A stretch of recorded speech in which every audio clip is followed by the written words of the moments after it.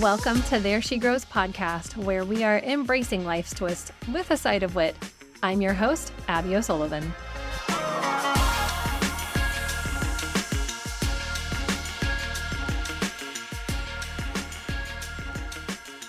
And welcome back to another episode of There She Grows podcast. Do you identify as an introvert? Were you a shy kid growing up? Or do you relate to being a people pleaser or a pacifier of sorts?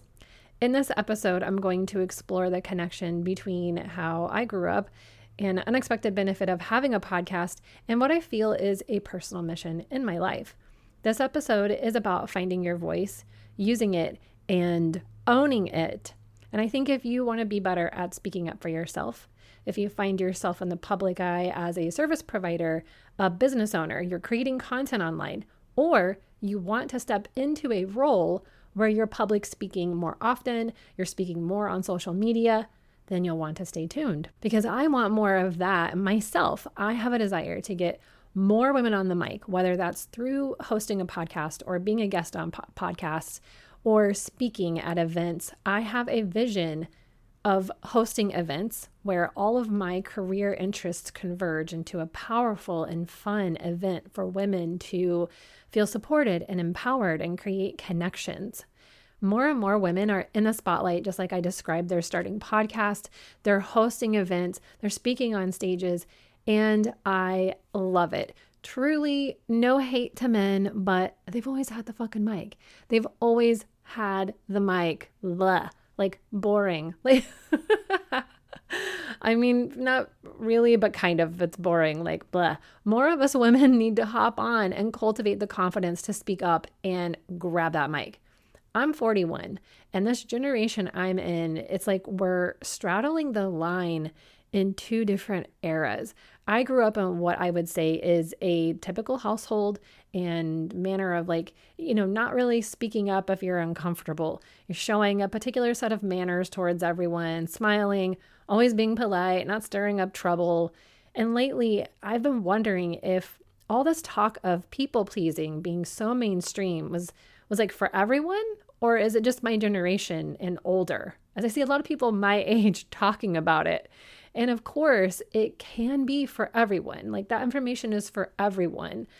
But then I was listening to a podcast about the millennial generation that was super insightful and basically validated everything I felt about how wildly different adult life turned out to be from what I thought it would be growing up, and also just what I'd been thinking about on the generational differences. It was an episode from the Liz Moody podcast that I'll link in the show notes in case you want to listen, because I really found it very interesting. And a point was made that the younger generations now tend to speak up more. They tend to speak their mind.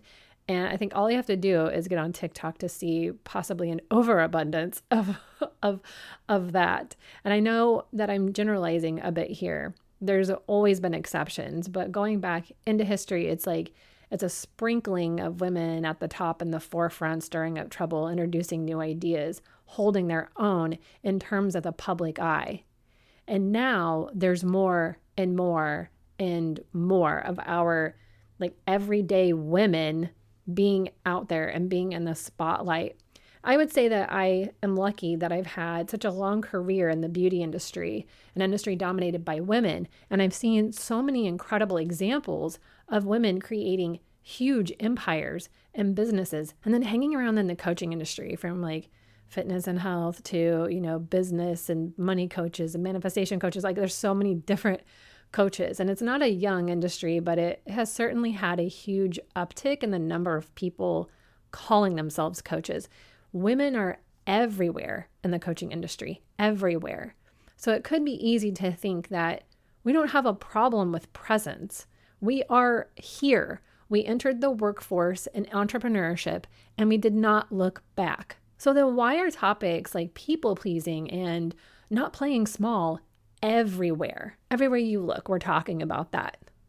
Well, maybe it's because if you're my age or you were brought up a certain way or feel incredibly intimidated by building a business or making big moves in your career, it's basically been ingrained in you to play it safe. You're going against the tradition of women sitting down and being quiet. That's where I feel like my generation is. We're kind of we're kind of caught between like this past stereotype and this newer, younger version of what we can be. Let's take it back a few decades, and I'll describe a little bit of my childhood. And this is like in no way meant to talk shit on my upbringing at all. I've reconciled what I need to there. So this is simply just extracting data from my own experience that you could possibly relate to. And if you don't, I mean, awesome for you. Growing up, I was a shy kid, like painfully shy little lady. Shy, yet also a clown, because that's when people like you, is when you're being funny. You know, that's an easy go-to for me. There were times that I'd want to express myself differently, but I didn't have the courage, or I didn't know what to say, so I just ran with awkward, which I like. That's again still kind of a go-to sometimes. Comes out at the worst times, I suppose. But I imagine that I've internalized some bits, like the time that my dad had me and my brother for a weekend. My biological parents being divorced since I was a baby. So my dad had some work things to do and thought he'd drop us off with some people that he knew that also had young kids. But what I remember is that my brother and the boy were playing, and that I probably wanted to hang with them because I was always trying to be where my brother was. But I was supposed to play with a little girl. I, however, did not want to be left there. So my dad did take me with him. And I remember at lunch that he asked why I didn't want to stay, and something about needing to learn how to, like, I don't know, like meet new people, or like whatever he said, that basically sums it up. I was very young, so this memory is fuzzy. But I think that I thought the little girl was annoying, like she was loud and crying, and I didn't want to play with her. I didn't want to be left there. I wanted to be with my dad.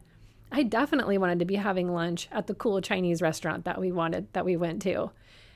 And I think I internalized his line of questioning as there being something wrong with me because I didn't want to play with a strange girl who was loud and crying. Like, why would I have wanted to play with this little girl who was being so dramatic?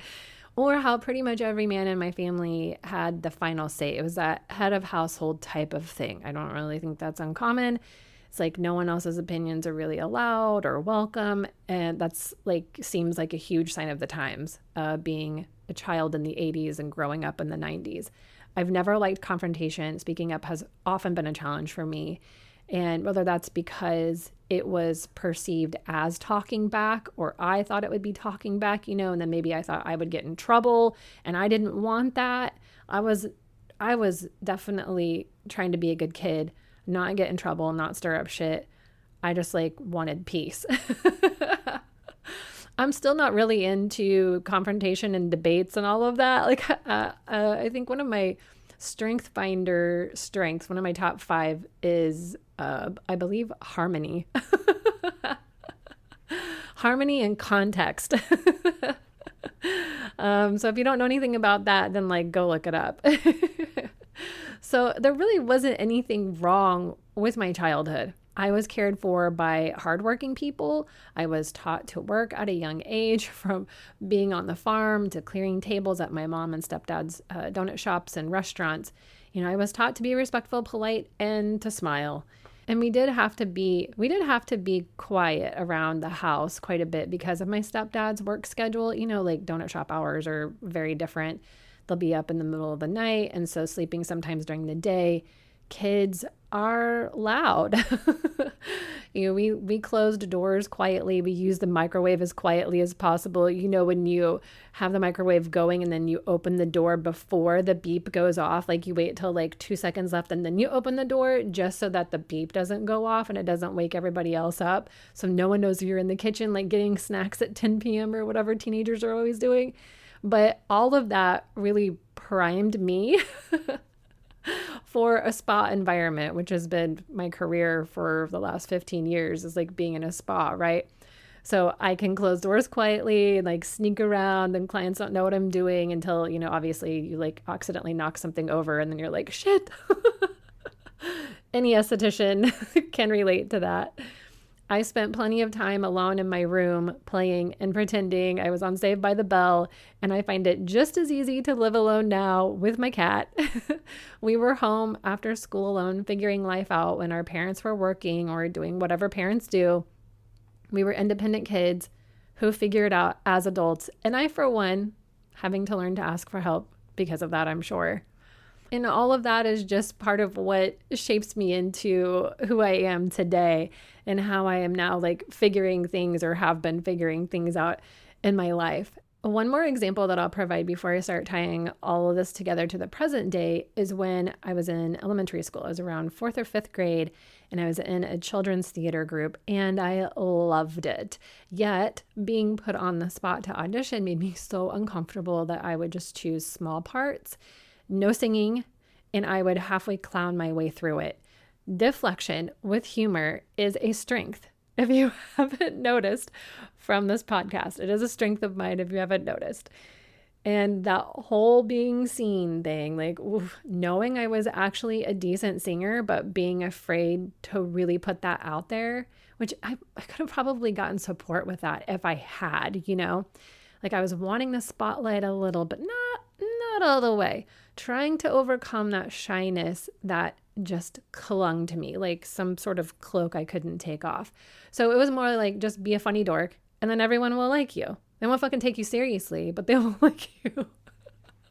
And they'll just be like, oh, that's Abby, and move on. And I'm over here like, phew, no one's looking at me anymore. Now, as an adult who's worked in the service industry forever, I'm not as shy these days. Like, I feel pretty normal about that, Like, it doesn't feel like a huge encumbrance on my life. I see clients in an intimate setting, and the goal is to make sure they're comfortable. I can do that. I can fucking do that all day long. I can do that in caps. In large social settings, it's sort of a toss-up. Like sometimes I'm good, and sometimes I just want to cling to that one person that I know because small talk is hard. And if you can relate to that, I just want to admit that sometimes I'm simply asking questions because that's what you're supposed to do, and I'm trying really hard not to be awkward. Or I just stand there like observing and not really talking to anybody and thinking about leaving. And of course, it totally depends on the setting. Like when I've worked a really large conference in the lash industry, I do try to say hello genuinely to attendees as I pass by them so that they feel welcome. Like I know how important that is to them, to others, to make sure that they feel welcome. So I have no problem doing that. That is when I am not shy. So we take possibly my natural personality and the aspects that were taught, modeled, and ingrained from my family, school, and society at the time, which was like the late 80s and the 90s. And here I am as an adult learning to overcome some of that hardcore people pleaser, be quiet, go along with everyone, be okay with being seen shit, which is sort of what we do, right? We figure out who we are as individuals and hopefully shed some of that old programming so that we don't have to be stuck in these sometimes unhelpful patterns. So like, it's not really serving me anymore, right? That's what we say. It's not really serving me anymore. And it's not that someone told me my opinions and voice weren't important. I mean, I don't remember that. Actually, my mom just told me a story. It's so funny because I was writing this podcast before I went and saw my family recently. And my mom told me a story that I went out to visit an aunt and uncle in Oregon, and that I was always singing as a little girl, and that I sung like the whole time while I was out there. And my aunt told my mom that I wouldn't stop singing, and that she had to tell me to stop singing. My mom was like, why would you do that? She's just a little girl. I mean, I would have been under 5 years old, like 5 years old or under, because I barely remember that. So I knew I was very young. So I'm like, that is so interesting. Maybe I internalized that and I don't even know it because I don't remember my aunt telling me to be quiet when I was singing nonstop, So anyway, what I was saying was that I don't remember. I don't remember somebody telling me my opinions and voice weren't important, but that's what I have picked up along the way, from like relationships to even certain jobs that I've had. As a business owner, and especially moving into the online space, you've got to be unique and you've got to be different and you got to be loud enough to be noticed, it seems. You've got to rock the boat in your own way. Like, be relatable, but just enough. Leaders move differently. You got to show up. You got to learn to sell yourself and your offers. You got to put your heart on the line. And oh, that fear of rejection and failure is just hiding, like laying in wait to pounce on you. And obviously not everyone may have experienced this or has this fear of rejection and failure, but like I have experienced this and I have this. When I built my brick and mortar business, it was nerve-wracking, but I also built a great network in person. Online, it's like anyone and everyone, and there's so much noise and also silence when your post gets no likes. It's like, who are you even talking to out there? It's just the void. I remember a time when I was stuck, couldn't get off my bed, crying uncontrollably. And the visions of me as a kid in the theater group popped into my head. I was trying to audition, but intentionally being a goof and sabotaging the whole thing. That fear of being seen for who I really am was like right there. That longing for recognition, yet still wanting to hide. And it was such a revelation. Awareness does not always come peacefully. That was just like a couple of years ago that this happened when I was making some big moves in my online business. I think I was stuck there for 30 to 45 minutes or something trying to work this out. And that's what came to me. When I started a podcast, it was like little by little, I was finding that sweet spot where I get to be the star and I get to be me, but not necessarily on video. So I get to be me and be witnessed and be heard by you, but still, you're not staring at me with like judging eyes. I don't have to be that uncomfortable, right? It's helped me get more comfortable sharing uncomfortable things, like things that maybe I tell my close friends, I don't know. Things that I don't necessarily talk about with people because diving into generational and parental stuff is kind of heavy, Having a podcast has been a fun expression of creativity for processing these types of things, these types of moments and ideas that I have, and for sharing the silly stories that I have that others have been entertained by for years. Like, it is my show. It's the Abby show, and I get to do what I want. But I do actually keep you, the listener, in mind. I do value your attention and time, so we got to keep the story kind of good and engaging, even if it's deep shit, right? Around the time that I started a podcast, I was also dialing in on these childhood patterns and whatnot in a program that I took. And it was hugely beneficial for many reasons. And one exercise was actually using your voice to clear the air with someone. This, for me, was with my dad that I told you that story about earlier, my bio dad. We had not talked for a long time. I had seen him recently, like in the few years before that, when both of my grandparents passed away one summer. But we had not talked since, and we had not talked for like almost 10 years before that. So yeah, a long time. And to be honest, I didn't follow the framework exactly as I was supposed to from the course that I was taking. I didn't follow that exact framework for the conversation when I did finally talk to him, but he knew what I was trying to say, and we got that new start that we needed, that fresh start. So even though I didn't exactly say it, like how I was supposed to, it was a big fucking deal for me. I mean, my nervous system was all aflutter, just even calling and leaving a message. And I will share more about this in a different episode. I know I've been talking about that for a while. I need to just sit down and record it. I think every episode of this podcast, I'm like, I'll talk about my daddy issues in a different podcast. It's just like that. I guess if you're into daddy issues, then it's like a teaser for you to keep coming back and find out if I talk about it or not.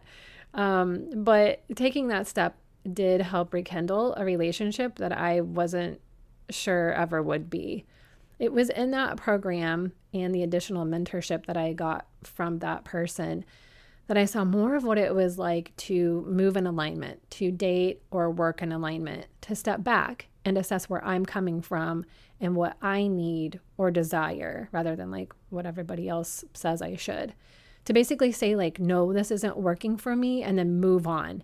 And along with that, process any guilt or shame around that, because that's always been the kicker for me. I've definitely moved the fuck on from things plenty of times in my life, but then there's also been lingering guilt and shame around some of those things.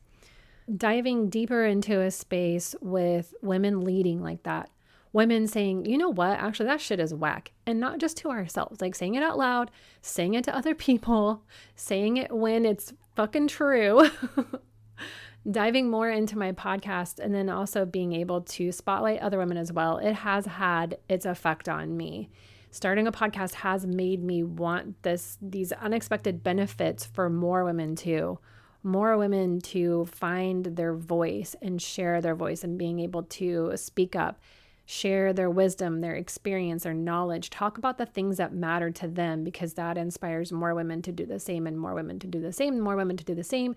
And eventually that creates change. I don't know where that ends or where that takes us, but I know it's going to create change. I know we see this already. We see it. We're whatever the political world is right now. I'm not going to get into it because I will totally lose the point of this podcast. In our personal lives and relationships all the time, I hear women like making sure everyone around them is so good and so comfortable while they've basically sacrificed their entire identity and their health at the same time. And I know that we're experiencing a shift in this, and we're talking about this more and trying to find more, quote, balance, or at least like some harmony there. When I was coaching, the conversations were often around simply saying, I need help. And the asking for that help being one challenge, the acceptance of that help being another, and the keeping up with the expectation that someone is and can and will help you, another challenge. Your happiness, comfort, and health are important too, because who the fuck else is going to take care of the shit that you take care of? And in business, it's setting those boundaries. It's sticking to your policies, like communicating them with people, making uncomfortable decisions sometimes, showing up and telling people how awesome you are and what you have to offer is. Like just not being so humble. Totally guilty myself. I get it. But like we don't need to be so fucking humble. We got awesome shit to share with the world, okay? Plenty of podcasters have that thought, like, what do I really have to say and who's going to listen? And do I even want anyone to listen? Cringe. But here are some of the doors that it could open up. Find and refine your own voice and ideas. You'll see, just like I did, that you do, in fact, have something to say. You have important things to say that are worth hearing. Trust me, there are people waiting to hear it. You could meet and collaborate with new people. You could get offered partnerships or speaking gigs. You can make money from freaking sharing your experience and expertise, simply talking into a mic. You can show that young version of yourself, like, you got this. You're the boss now. You're the star of this play. That's to me, right? That's a little Abby, like, look at you now. Now you're on the mic. You could end up hosting events, creating a new product. I mean, really, the opportunities are endless here. And it just starts with freaking getting on the mic. Now, of course, it's not just podcasting where this can happen. It is powerful to use your voice whenever and however you choose to do it. But there is just something so different and so powerful about speaking into your mic. Like you're on your own stage in the comfort of your own home, but you're like, this is what I have to share. This is me. You can also take this and translate it into being a guest on a podcast, showing up as the expert on somebody else's podcast, learning how to pitch yourself and ask to be on podcasts that you want to be on, to share what it is that you have to offer with more people. I know that can be kind of intimidating too, but if you're not really interested in hosting your own podcast, that is a great way to do exactly what I'm talking about here. Or showing up on talking reels more, or Instagram lives, or Facebook lives, or YouTube, or wherever, on your stories. Obviously, that's a pretty easy like entry point because they disappear after 24 hours. Take the leap and look for speaking opportunities, like maybe something local in your area, or host your own classes, whether that's online or in person. Get comfortable, get comfortable with like your people, even if it's just like your 5 friends show up. Cool. Get comfortable standing in your own power, standing in your own expertise, and not just like as their friend. Stand there as the expert and teach them something. Teach them something. That'll get you comfortable, and then you can branch out and fucking take over the world. That's all I've got for you today. I hope it inspired the fuck out of you. Have an amazing day. I'll see you in the next episode. Thank you for tuning in to There She Grows podcast. I hope you enjoyed this episode. If you did, please leave a rating and review. And be sure to share it with your friends and family that you know would enjoy it too. There She Grows podcast is lovingly produced by Wonder Podcast Productions.